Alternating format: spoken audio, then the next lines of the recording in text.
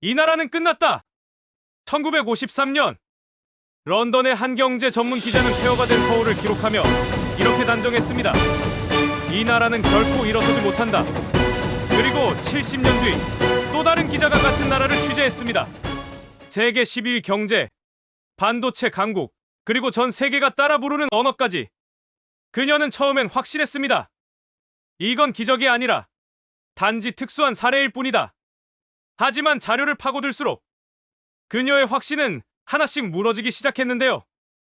내가 틀렸던 이유, 세계가 틀렸던 이유, 그리고 아무도 보지 못했던 그들만의 선택과 집중들. 이건 한 나라의 성공 이야기가 아닙니다. 한 기자가 자신의 판단이 틀렸다는 걸 인정하기까지의 기록입니다.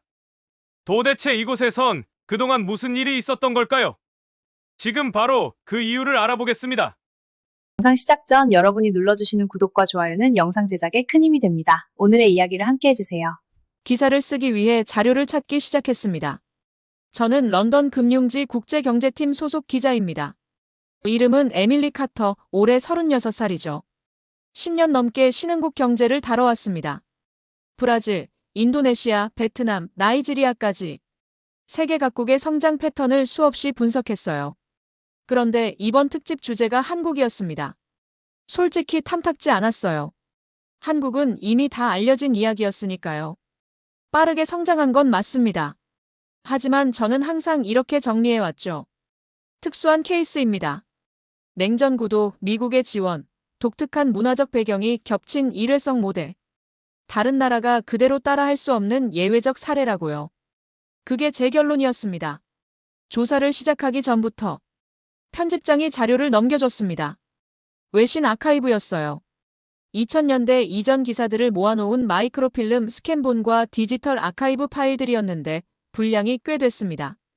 저는 커피를 한 잔 들고 자리에 앉았어요. 처음 몇십 분은 그냥 훑었습니다. 예상 범위 안의 자료들이었거든요. 그러다 멈췄습니다. 1952년 뉴욕 타임스였습니다. 제목이 눈에 박혔어요. 한국은 최소 50년 안에 자립경제를 기대할 수 없다. 다시 읽었습니다. 제가 잘못 읽은 게 아니었어요. 손가락으로 화면을 스크롤했습니다. 다른 기사가 나왔어요. 1950년 영국 타임스였습니다. 이 땅에서 국가 재건을 논하는 것은 공허하다. 인프라도 자본도 인재도 없다.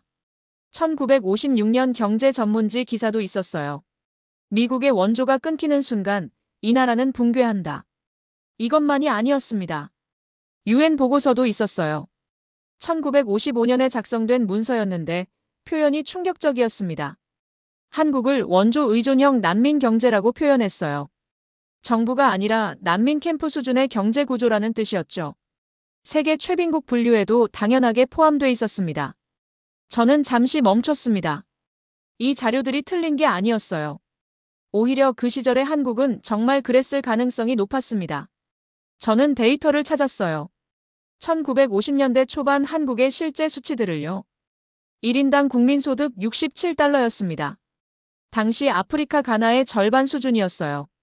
전쟁으로 전체 산업시설의 70% 이상이 파괴된 상태였고 인구 2천만 명 중 상당수가 기아 상태였습니다. 수도 서울은 폐허였어요. 건물은 무너졌고 다리는 끊겼으며 도로는 사라졌습니다. 원조 없이는 하루도 버티기 어려운 나라였습니다. 저는 한국어를 모르지만 번역된 당시 신문 자료도 있었어요. 한국 내부에서도 비관론이 팽배했습니다. 이 나라가 과연 살아남을 수 있느냐는 질문을 진지하게 논쟁하고 있었어요. 외부의 냉소가 아니라 내부의 절망이었습니다.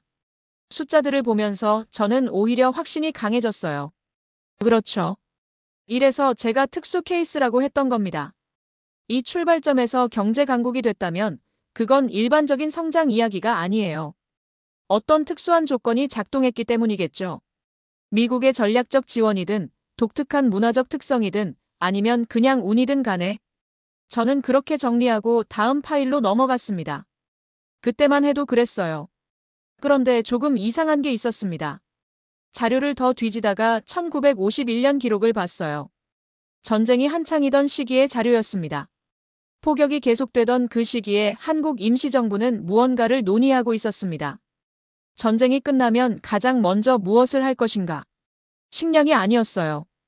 병원도 아니었습니다. 도로 복구도 아니었어요. 학교였습니다. 저는 그 부분에서 잠깐 손을 멈췄습니다. 별로 중요하지 않을 수도 있다고 생각했어요. 그냥 지나쳤습니다. 하지만 왠지 다시 돌아오게 됐어요.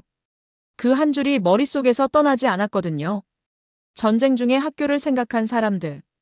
그날 밤 저는 그게 무엇을 의미하는지 생각했습니다. 잘 모르겠다고 결론 지었어요. 하지만 그 이상한 느낌은 쉽게 가시지 않았습니다. 다음 날, 저는 편집장에게 말했습니다. 자료가 생각보다 많아서 더 깊이 들어가야 할 것 같다고요. 편집장은 고개를 끄덕였어요. 기한은 3주라고 했습니다. 저는 다시 자리에 앉았습니다. 커피를 새로 내렸어요. 그리고 처음부터 다시 읽기 시작했습니다. 1962년 자료였습니다. 한국 정부가 공식 발표한 수출 목표가 있었어요. 10년 안에 수출액을 25배 늘리겠다는 내용이었습니다. 당시 한국의 연간 수출액은 5천만 달러 수준이었어요. 그걸 10억 달러로 만들겠다는 선언이었죠. 저는 그 숫자를 보고 잠깐 웃었습니다. 파이낸셜 타임스 아카이브를 열었어요. 1963년 기사가 나왔습니다. 논조는 명확했어요. 경제 기반이 전무한 나라의 비현실적 목표 설정이라는 평가였습니다. 같은 시기 미국 경제학자들의 보고서도 비슷했어요. 원조 없이 자립 수출 경제를 구축하는 건 최소 30년이 걸린다는 분석이었습니다. 저도 같은 생각이었어요. 숫자가 말이 안 됐거든요. 그런데 다음 파일을 열었습니다. 1971년 한국 수출 실적이었어요. 10억 달러였습니다. 목표 달성 연도보다 1년 앞당겨서요. 저는 계산기를 다시 꺼냈어요. 5천만 달러에서 10억 달러. 20배 성장이었습니다. 9년 만이었어요. 손가락이 멈췄습니다. 어떻게 가능했는지 추적했어요. 답의 일부는 예상 밖의 곳에 있었습니다. 중동이었어요. 1960년대 후반부터 한국 건설 노동자들이 중동으로 나가기 시작했습니다. 사우디아라비아, 이란, 쿠웨이트. 뜨거운 사막에서 도로를 깔고 건물을 올렸어요. 그 돈이 한국으로 들어왔습니다. 단순 노동이 아니었어요. 이 장에서 확인한 그 문해율, 그 교육이 여기서 작동했습니다. 글을 읽고 설계도를 이해하는 노동자들이었거든요. 다른 나라 노동자들보다 빠르게 배웠고 더 정확하게 일했어요. 송금액이 쌓였습니다. 그 돈이 국내 산업 투자로 연결됐어요. 저는 여기서 처음으로 불편해졌습니다. 단순한 성장률이 아니었어요. 연결고리가 있었습니다. 교육 투자가 인력을 만들었고 그 인력이 외화를 벌었으며 그 외화가 산업을 키웠어요. 우연이 아니었습니다. 패턴이었어요. 저는 노트에 적었습니다. 이건 운이 아닐 수 있다. 밑줄을 그었어요. 아직 확신은 아니었습니다. 하지만 처음으로 제 결론에 물음표가 생겼어요. 파이낸셜 타임스가 틀렸습니다. 미국 경제학자들도 틀렸어요. 그리고 솔직히 저도 틀렸을 수 있었습니다. 다음 자료를 열었습니다. 손이 조금 빨라졌어요. 포항이었습니다. 1970년 한국 정부가 제철소 건설을 추진한다는 자료가 나왔어요. 저는 처음엔 그냥 넘기려 했습니다. 제철소 건설은 산업화 과정에서 흔한 수순이니까요. 그런데 배경을 읽다가 멈췄어요. 세계은행이 이 프로젝트를 거절했습니다. 차관 지원 불가 판정이었어요. 이유는 명확했습니다. 철강 산업 경험이 전무한 나라가 처음부터 대규모 제철소를 짓겠다는 건 무모하다는 거였어요. 일본과 미국 철강 전문가들도 같은 의견이었습니다. 한국 정부는 그냥 지었습니다. 1973년 포항제철 첫 쇳물이 나왔어요. 착공 3년 만이었습니다. 저는 그 다음 기록이 더 흥미로웠어요. 현장 기록이 있었습니다.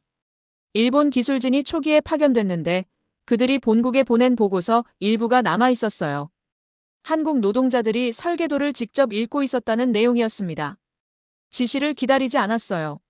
문제가 생기면 스스로 원인을 찾았고 해결책을 제안했습니다. 일본 기술진이 놀란 건 속도가 아니었어요. 태도였습니다. 불량품이 나오면 라인을 세웠어요. 전체 공정을 멈추고 원인을 찾았습니다. 납기가 늦어지더라도요. 당시 다른 개발도상국 공장에서는 보기 드문 방식이었어요. 이 장의 그 교육이 여기 있었습니다. 저는 노트를 다시 펼쳤어요. 한국은 싸게 만드는 나라가 아니었습니다. 다르게 작동하는 나라였어요. 읽고 이해하고 개선하는 인력이 공장 안에 있었습니다. 그게 속도를 만들었고 품질을 만들었어요. 조선소 자료도 찾았습니다. 울산이었어요. 현대조선이 조선소를 짓는 동시에 배를 수주했다는 기록이 있었습니다. 도크가 완성되기 전에 이미 선박 계약을 맺었어요. 세계 해운 업계가 황당해했다는 기록도 함께 있었습니다. 그런데 배가 나왔어요. 기한 안에. 저는 잠깐 창밖을 봤습니다. 런던 거리가 보였어요. 200년 넘은 건물들이 즐비한 도시였습니다. 모든 게 순서대로 검증된 방식대로 지어진 곳이죠. 한국은 달랐습니다. 짓는 동시에 만들었어요. 배우는 동시에 실행했습니다. 무모한 게 아니었어요. 계산된 무모함이었습니다. 그리고 그 계산의 바탕에는 읽고 쓰고 생각할 수 있는 사람들이 있었어요. 저는 마커스에게 다시 말했습니다. 한국, 이상한 나라 맞는데 이상한 방식으로 작동하고 있어. 그가 물었어요. 특수 케이스 아니야? 저는 대답하지 못했습니다. 193년이었습니다. 오일 쇼크가 왔어요. 전 세계 경제가 흔들렸습니다. 석유 한 방울 나지 않는 한국은 직격탄을 맞았어요. 성장률이 꺾였고 물가가 뛰었습니다. 외신들이 다시 한국을 주목했어요. 이번엔 다른 이유로였습니다. 역시 한계였다는 논조였어요. 저는 그 기사들을 읽으며 솔직히 고개를 끄덕였습니다. 당연한 수순이라고 생각했어요. 자원 없는 나라가 에너지 위기를 만나면 버티기 어렵죠. 그런데 한국은 또 다른 선택을 했습니다. 중동으로 나갔어요. 오일 쇼크로 중동 산유국들이 돈이 넘쳤습니다. 그 돈으로 인프라를 짓기 시작했어요. 한국 건설사들이 그 시장을 파고들었습니다.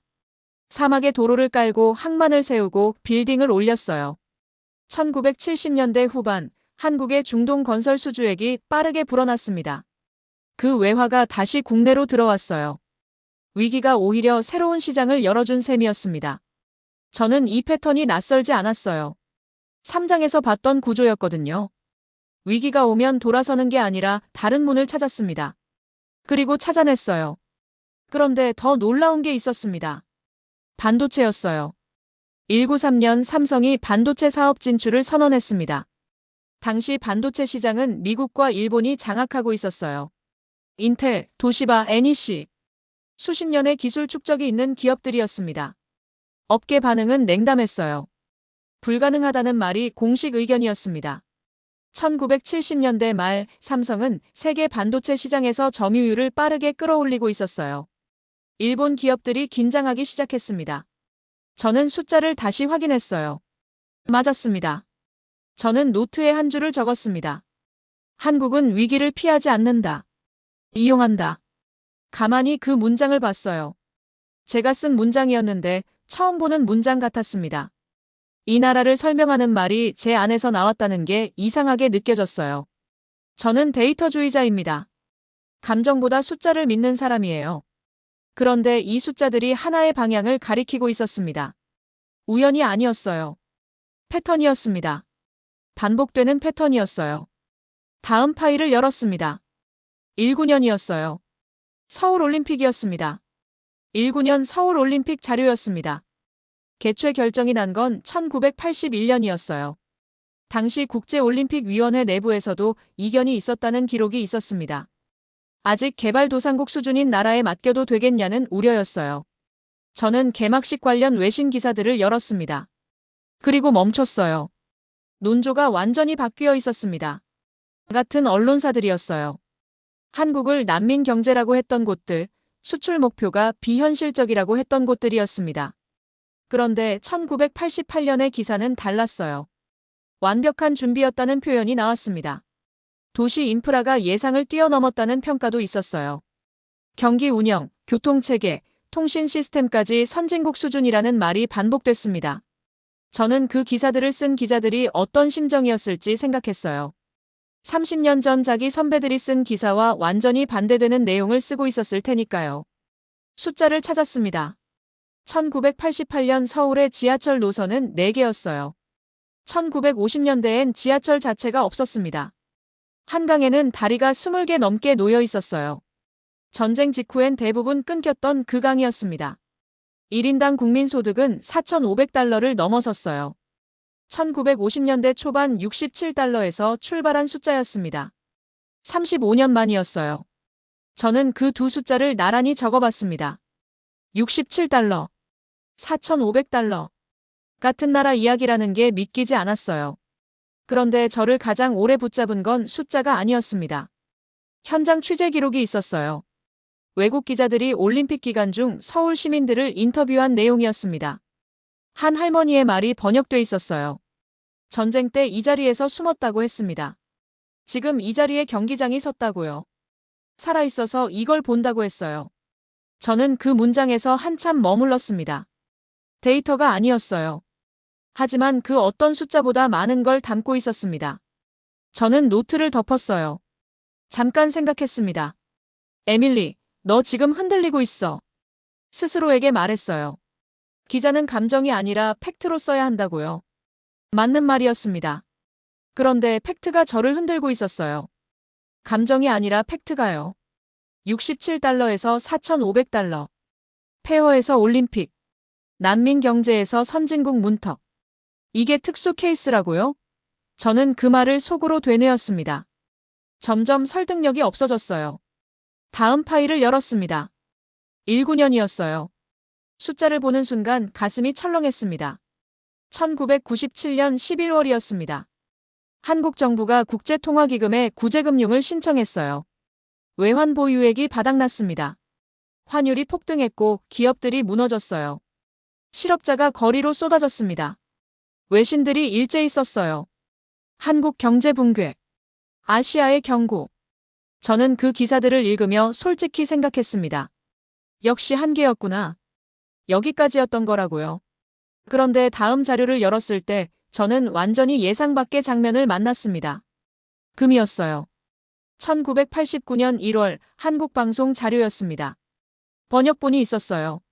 전국 각지에서 시민들이 줄을 서고 있었어요. 금을 들고 나온 사람들이었습니다. 결혼반지, 돌반지, 트로피, 금 십자가까지요. 나라에 갖다 바치러 온 거였어요. 3개월 만에 모인 금이 250톤이 넘었습니다. 금액으로 20억 달러 수준이었어요. 자발적으로요. 정부가 강제한 게 아니었습니다. 저는 그 숫자 앞에서 한동안 움직이지 못했어요. 기자로서 저는 항상 집단행동을 냉소적으로 봐왔습니다. 국가주의적 동원이라고요. 위에서 시켜서 움직이는 거라고요. 그런데 인터뷰 기록을 읽었어요. 할머니가 평생 간직한 금반지를 내놓으며 말했습니다. 나라가 어려울 때 내가 뭘 할 수 있겠냐고요. 중학생이 저금통을 들고 나왔어요. 이게 전부라고 했습니다. 회사가 문을 닫은 가장이 시계를 풀었어요. 가족한테 미안하다고 했습니다. 강요가 아니었어요. 각자의 선택이었습니다. 저는 7장 도입부에서 썼던 문장을 지웠어요. 역시 한계였구나 라고 썼던 그 문장을요. 회복 속도를 추적했습니다. 국제통화기금은 당초 3년에서 5년을 예상했어요. 한국은 2년 만에 구제금융을 전액 상환했습니다. 19년이었어요. 경제학자들이 당황했다는 기록이 있었어요. 예측 모델이 작동하지 않았다고요.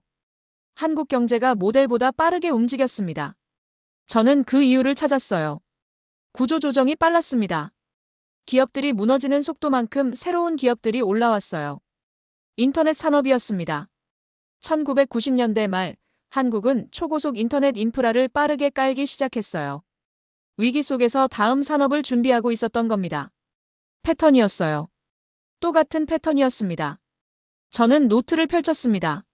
적었어요. 이 나라는 정부나 기업이 아니라 국민 전체가 시스템이다. 가만히 그 문장을 봤습니다. 처음 이 취재를 시작할 때 저는 한국을 특수 케이스라고 했어요. 재현 불가능한 모델이라고요. 하지만 지금 제 노트에는 전혀 다른 말들이 쌓여 있었습니다. 선택, 패턴, 시스템, 반복. 특수한 게 아니었어요. 일관된 거였습니다. 다음 파일을 열었어요. 마지막 자료였습니다. 마지막 파일이었습니다. 2000년대 이후 자료였어요. 저는 잠깐 멈췄습니다. 3주째 이 자료들을 붙잡고 있었어요. 런던 사무실 제 책상 위에는 프린트물이 쌓여 있었고 노트 3권이 빼곡히 채워져 있었습니다. 파일을 열었어요. 한류였습니다. 2000년대 초반부터 한국 드라마가 아시아 전역으로 퍼졌어요. 2010년대엔 K-팝이 유럽과 미국 시장을 두드리기 시작했습니다. 2020년 봉준호 감독의 영화가 아카데미 작품상을 받았어요.